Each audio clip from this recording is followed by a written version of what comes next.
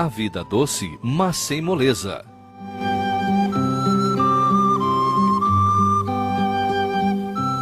Quatro anos da vida de uma abelha.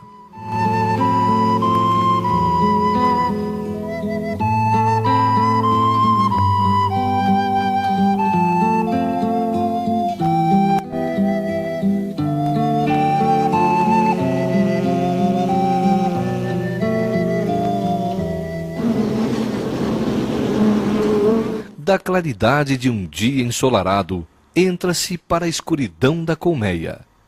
Na reentrância de uma das pedras da cidade antiga, fica a entrada para a colmeia.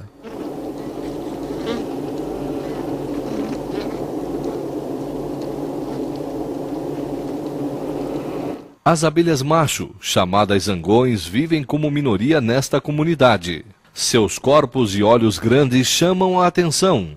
Além de acasalar com a rainha, sua vida se resume em doce descanso. Acaba, no entanto, em tragédia. A mãe de todas as abelhas é a rainha. Entre a primavera e o outono, ela põe diariamente mais do que o seu próprio peso em ovos. Após sua vida de 4 a 5 anos, ela deixa 1 milhão de crias.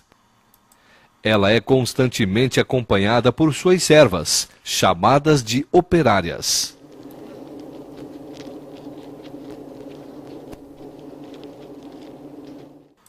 Estas cuidam da rainha, alimentando-a e mantendo-a limpa.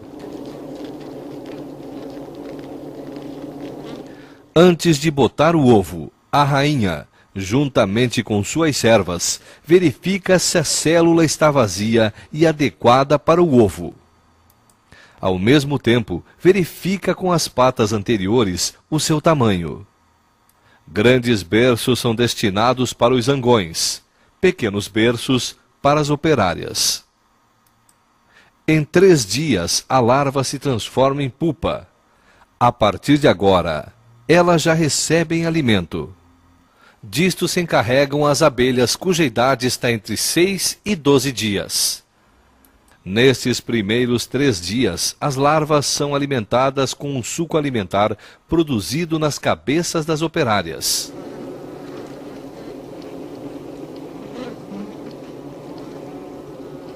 A larva se parece, literalmente, com um verme na banha. Ela come muito e rapidamente, pois dentro de 6 dias, este estágio de crescimento deverá estar concluído. Mas, para crescer, ela também precisa de calor. As abelhas mantêm a temperatura dentro da colmeia constantemente em 35 graus centígrados. Quando a temperatura se eleva, elas funcionam como ventiladores. Como em beliches, os favos se alojam em células, um acima do outro.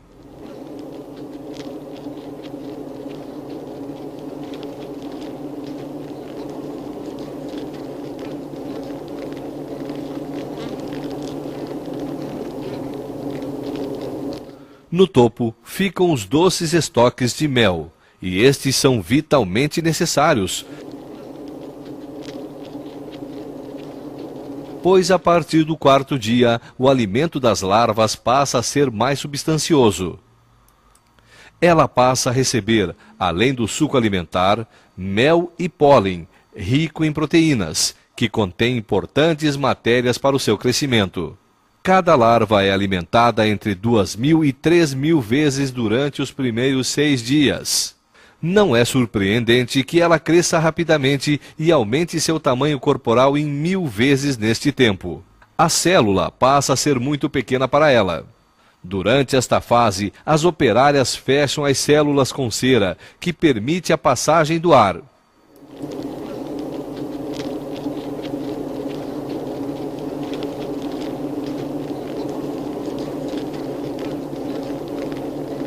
As operárias finalizam com sucesso sua primeira tarefa. A partir de agora, a nova geração está por conta própria.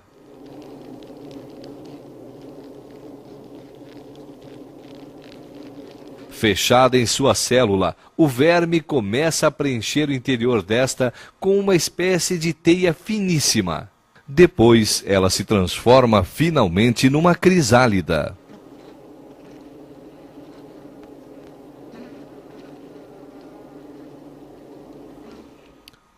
Agora já se podem perceber semelhanças com a abelha totalmente desenvolvida.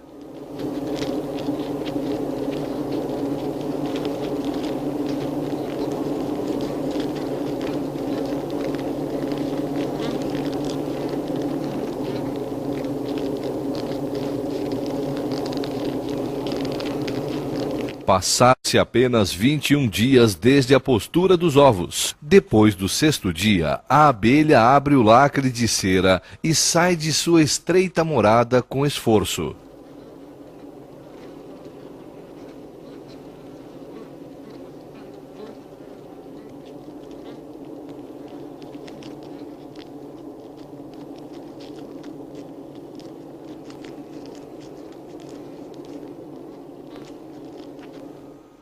A primeira coisa que faz é se alimentar.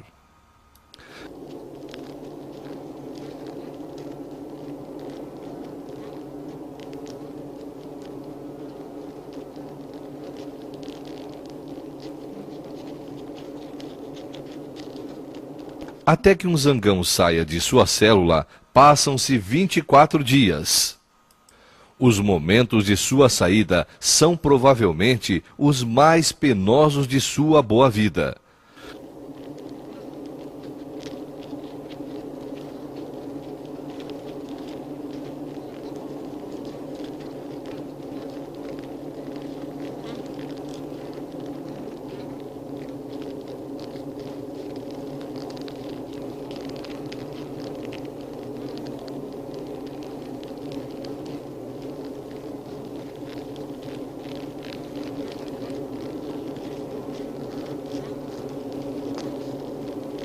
Logo, ele o consegue.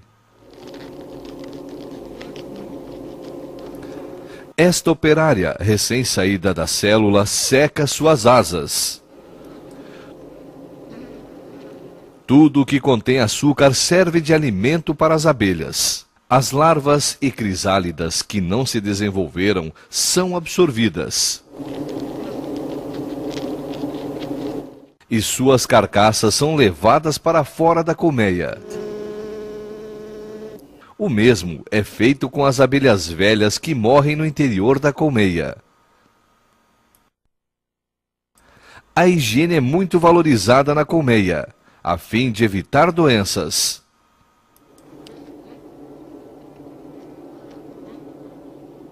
A limpeza da colmeia é uma das primeiras tarefas de uma abelha, e assim que uma nova abelha sai da célula, inicia-se a limpeza desta.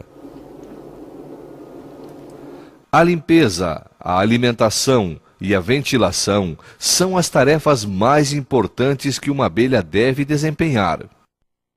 Mas a partir do 10º dia de vida, inicia-se uma nova fase. A abelha passa a ser construtora.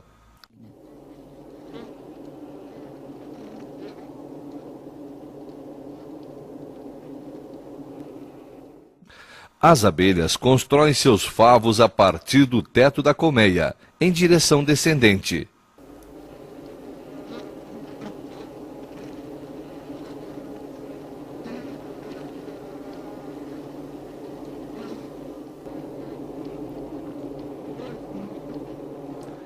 Isto é feito em completa escuridão, como tudo o que acontece dentro da colmeia.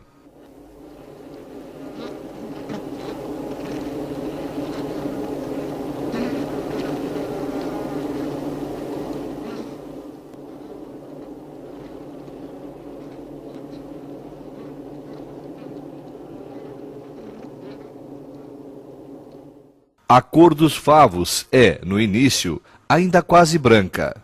Com o tempo, após a passagem de muitas patas de abelhas sobre ele, torna-se amarelo-ouro.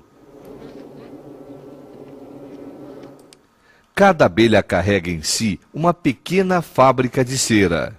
Em sua parte traseira, a cera emerge em forma de pequenas escamas.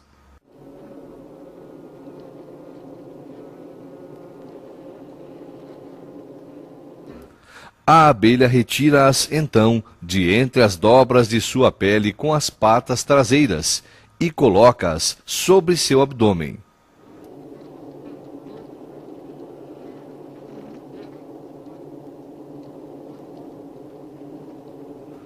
Transporta-as, então, até sua boca. Antes de poder ser utilizada, a pequena lâmina de cera é dobrada e misturada à saliva. Como ferramentas, a abelha se utiliza de suas mandíbulas.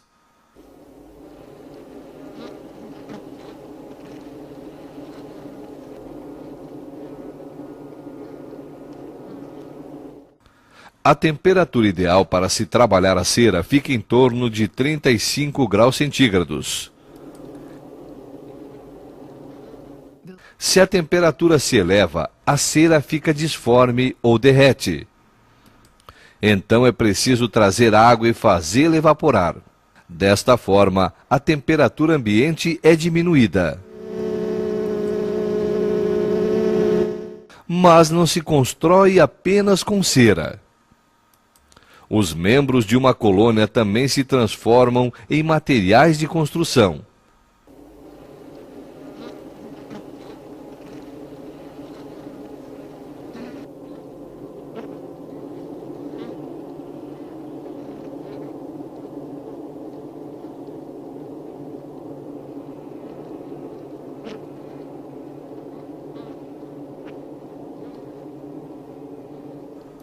Observar esta operação circense sempre nos dá motivos para admiração. Cada célula mede precisamente de parede a parede 5,2 milímetros. Através do formato sextavado, o espaço dentro da colmeia é melhor utilizado. A direção na qual os favos são paralelamente construídos, mesmo em colmeias redondas, acompanha as abelhas em cada nova moradia. Como experiência, ofereceu-se a esta colônia um barril de madeira como moradia. A seta sobre o vidro aponta para o norte. Será que as duas faixas de metal que prendem o barril vão influenciar o senso de direção das abelhas? Pois elas dependem do magnetismo da Terra, e a bússola o comprova. Após 4 semanas, as abelhas construíram seus favos.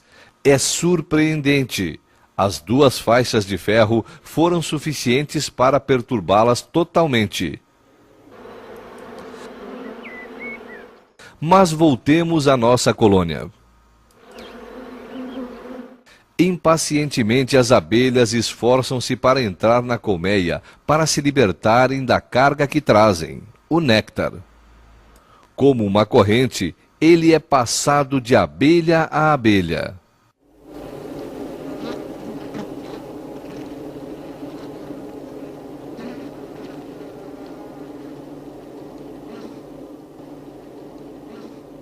Ainda de uma cor amarelo clara, o mel é estocado primeiramente em células.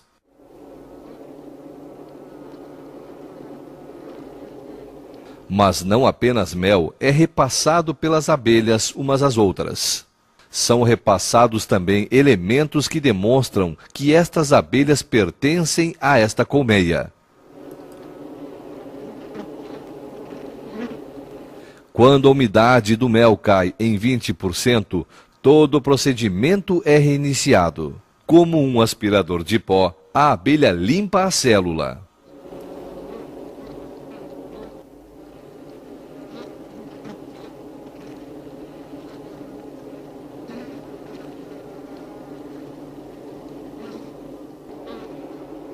Pela primeira vez, as operárias misturam o mel à sua saliva. Ela impede o desenvolvimento de bactérias e torna o mel durável. Quando está pronto, é então armazenado. Cerca de 20.000 abelhas foram necessárias para produzir 500 gramas deste mel dourado. Protegido pela cera, que permite sua ventilação, o estoque para o inverno estaria garantido. não fossem outros fatores.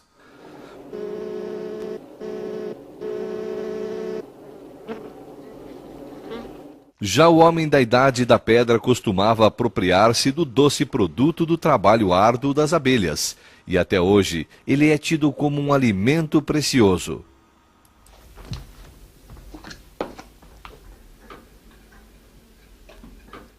O que foi preparado pelas abelhas à custa de muito trabalho é retirado em poucos minutos dos favos.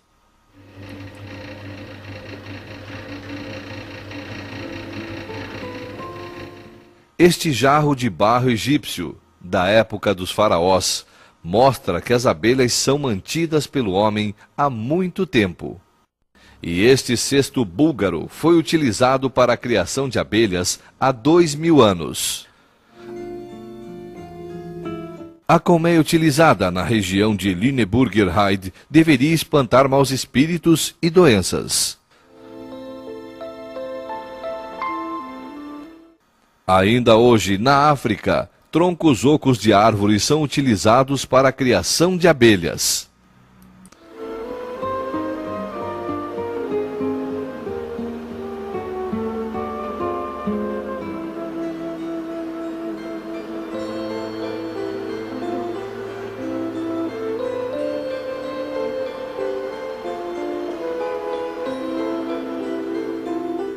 Nas regiões altas da Bavária, colocava-se a colmeia na varanda das casas dos agricultores.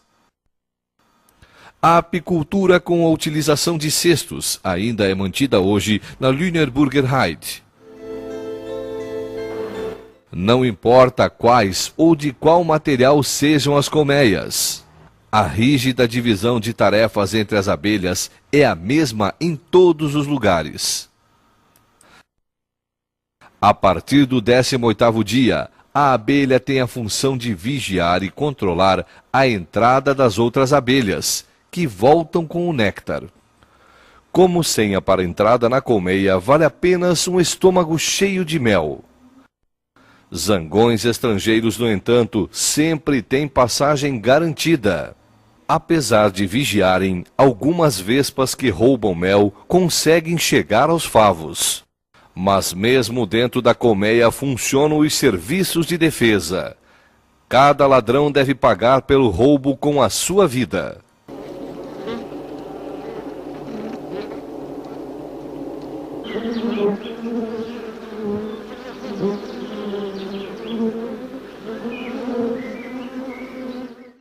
Se uma abelha pica outro inseto, consegue retirar seu ferrão intacto. O contrário acontece quando, por necessidade, ela pica um ser humano ou outro mamífero. O ferrão, por causa do seu formato, fica preso na pele elástica e, desta forma, a abelha, querendo sair, deixa atrás de si todo o aparelho ferroador. Assim, ela mesma se sentenciou à morte. A arma deixada no local da picada continua agindo, já que o nervo foi deixado também. Ele empurra o ferrão cada vez mais para dentro da pele da vítima. O veneno é injetado através da ferida.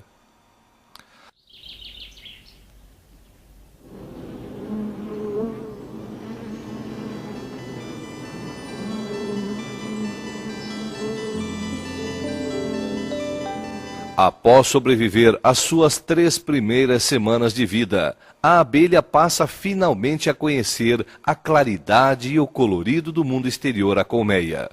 Ela passa a ser, então, coletora.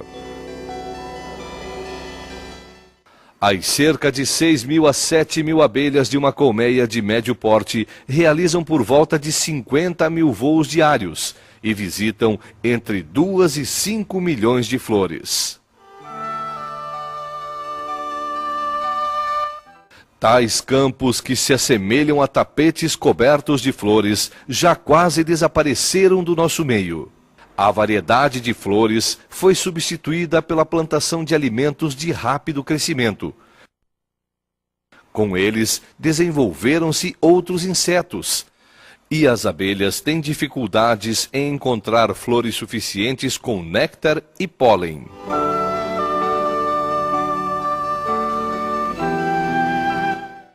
A cada saída da colmeia, a abelha visita apenas um tipo de flor. Do interior da flor, ela suga o néctar para dentro dos seus recipientes de transporte. Apenas uma pequena quantidade é utilizada para suas próprias necessidades. Água doce não mata a sede. Para beber, para o resfriamento da colmeia e principalmente para a manutenção da umidade das crias, as abelhas recolhem cerca de 200 gramas de água diariamente.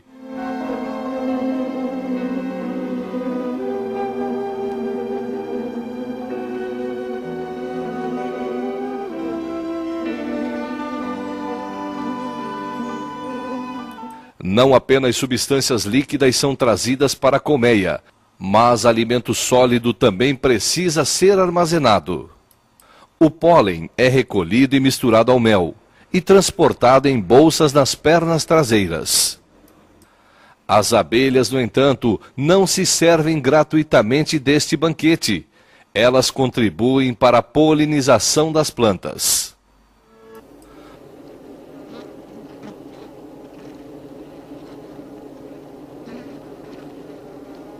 Voltando à colmeia e à escuridão, a abelha encontra uma célula vazia e lá coloca todo o pólen que trouxe consigo.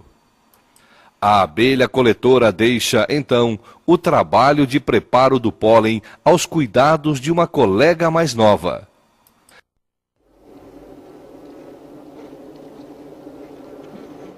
Que trabalha no interior da colmeia. Esta empurra o pólen para dentro da célula para aproveitar-lhe o espaço. E as câmaras de estoque são preenchidas camada a camada.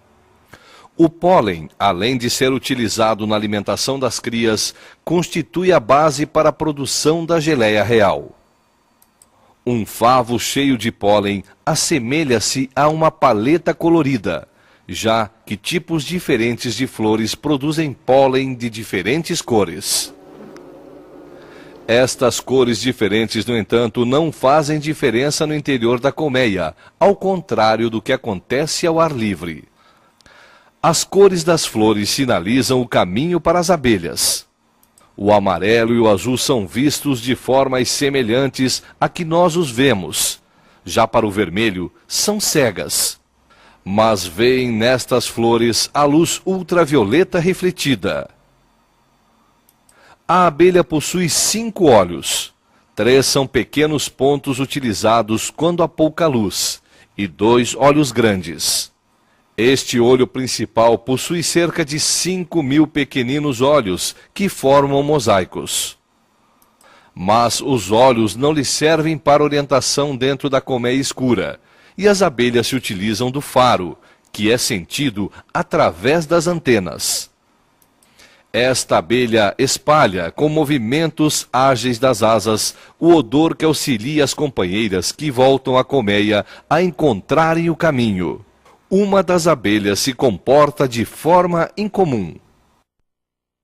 O que mais parece uma dança é a comunicação que traz notícias às outras.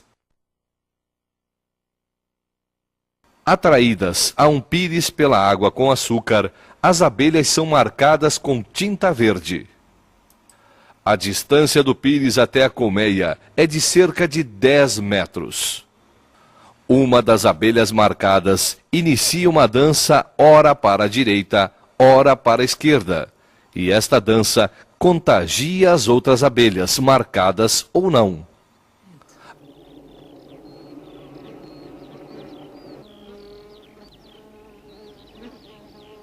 As abelhas que ainda não haviam sido marcadas recebem agora um pontinho de tinta amarela. O que se passa é a chamada dança rotativa.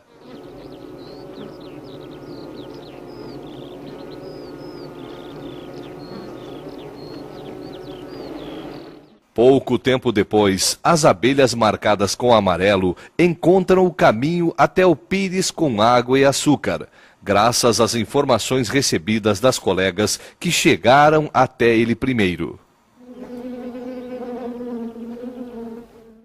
Para dificultar a tarefa, o pires é levado a 500 metros da colmeia. Cada abelha que pousa sobre ele recebe uma marca branca. Como se dará agora o repasse de informações das abelhas umas às outras?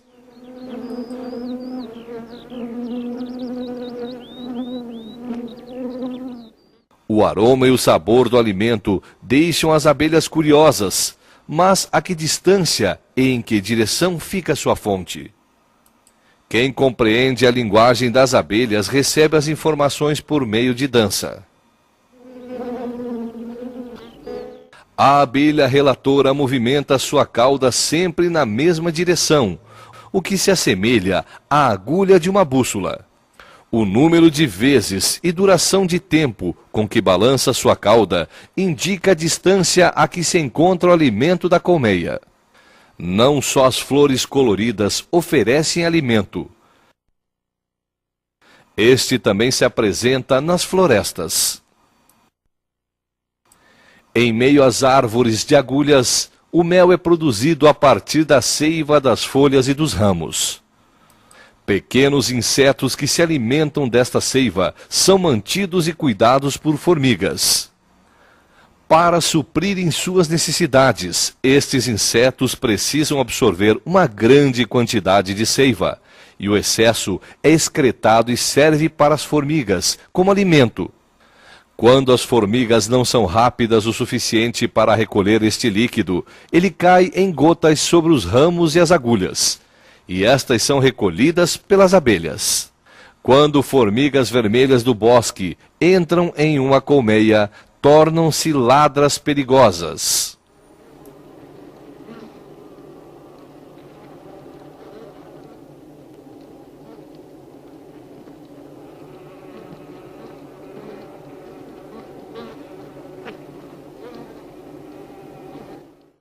Em comparação com seu tamanho, desenvolvem uma força descomunal.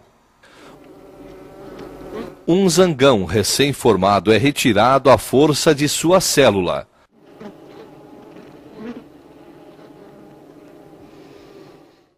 A vítima é então transportada para fora da colmeia e levada ao formigueiro.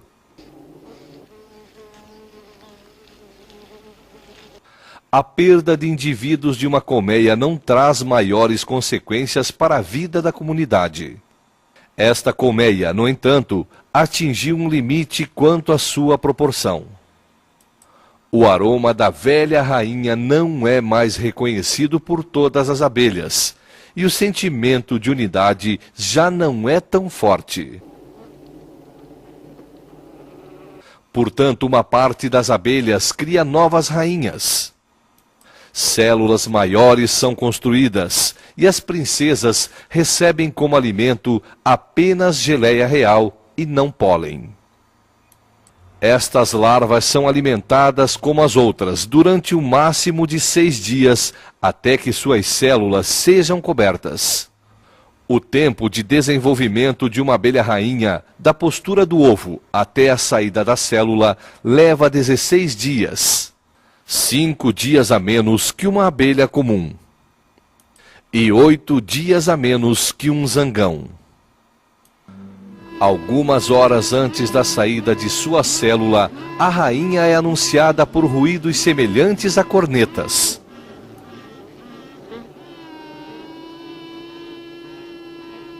As operárias auxiliam o nascimento, que também tem seu tempo, mesmo em meio à impaciência geral. A rainha então encontra as células de suas irmãs princesas e mata uma a uma a ferroadas.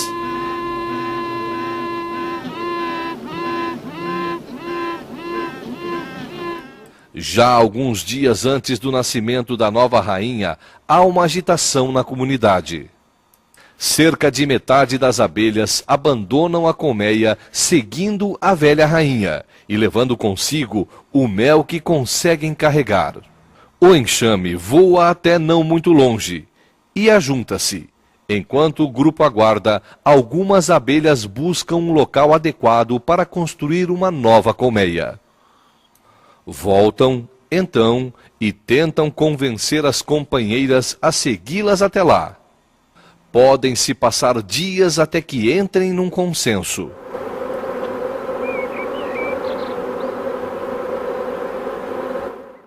Finalmente, decidem-se por um carvalho cujo tronco está oco.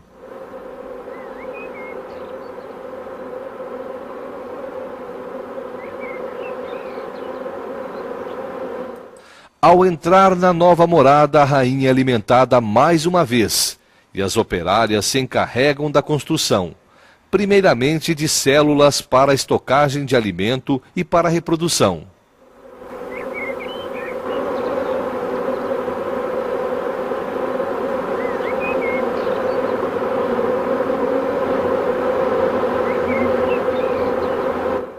Em apenas 6 semanas são construídos vários favos com mais de 1 metro de comprimento.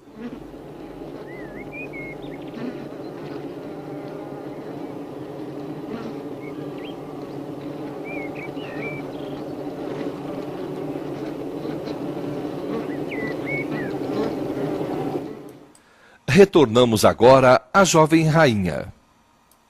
Adiante de si, ela tem agora o voo matrimonial. Ela realiza curtos passeios de reconhecimento pelas redondezas. O acasalamento acontecerá durante o voo, em lugares específicos onde os zangões se encontram. A fim de localizar os zangões, uma rainha pronta para acasalar teve que ser conduzida por meio de balões coloridos. Assim que o local é encontrado, centenas de zangões arremessam-se sobre a rainha.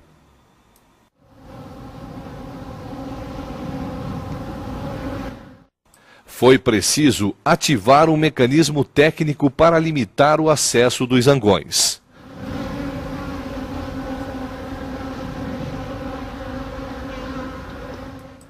A abelha rainha acasala-se com vários zangões.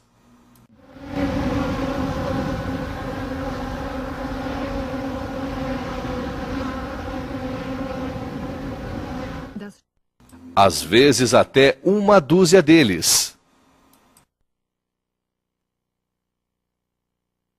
Ela pode então fertilizar os ovos durante toda a sua vida.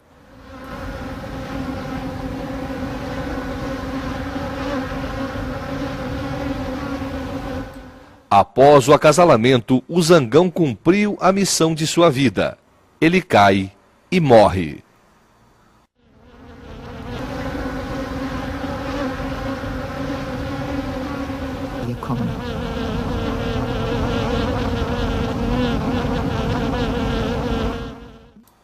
Ao final do verão, quando os dias ficam mais curtos, as abelhas iniciam uma época de racionamento.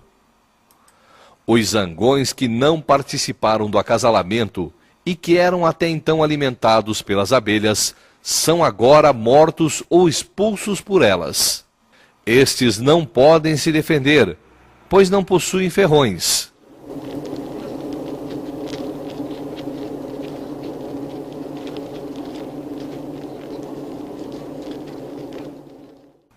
A perseguição dura semanas até que o último zangão esteja morto.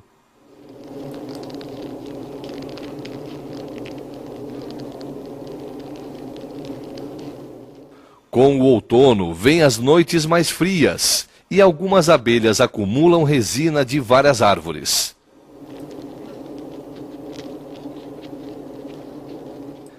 Esta própolis é transportada como pólen nas pernas traseiras e retirada com a ajuda de outras abelhas. Ela é usada então para a vedação e desinfecção da colmeia. Com suas reservas de mel, a comunidade das abelhas pode resistir ao frio do inverno. Mesmo em meio a baixas temperaturas externas, as abelhas mantêm o calor no interior da colmeia. O termômetro marca menos 17 graus centígrados ao ar livre, e a temperatura no interior da colmeia é de 25,4 graus centígrados. As abelhas se mantêm próximas e alimentam a rainha.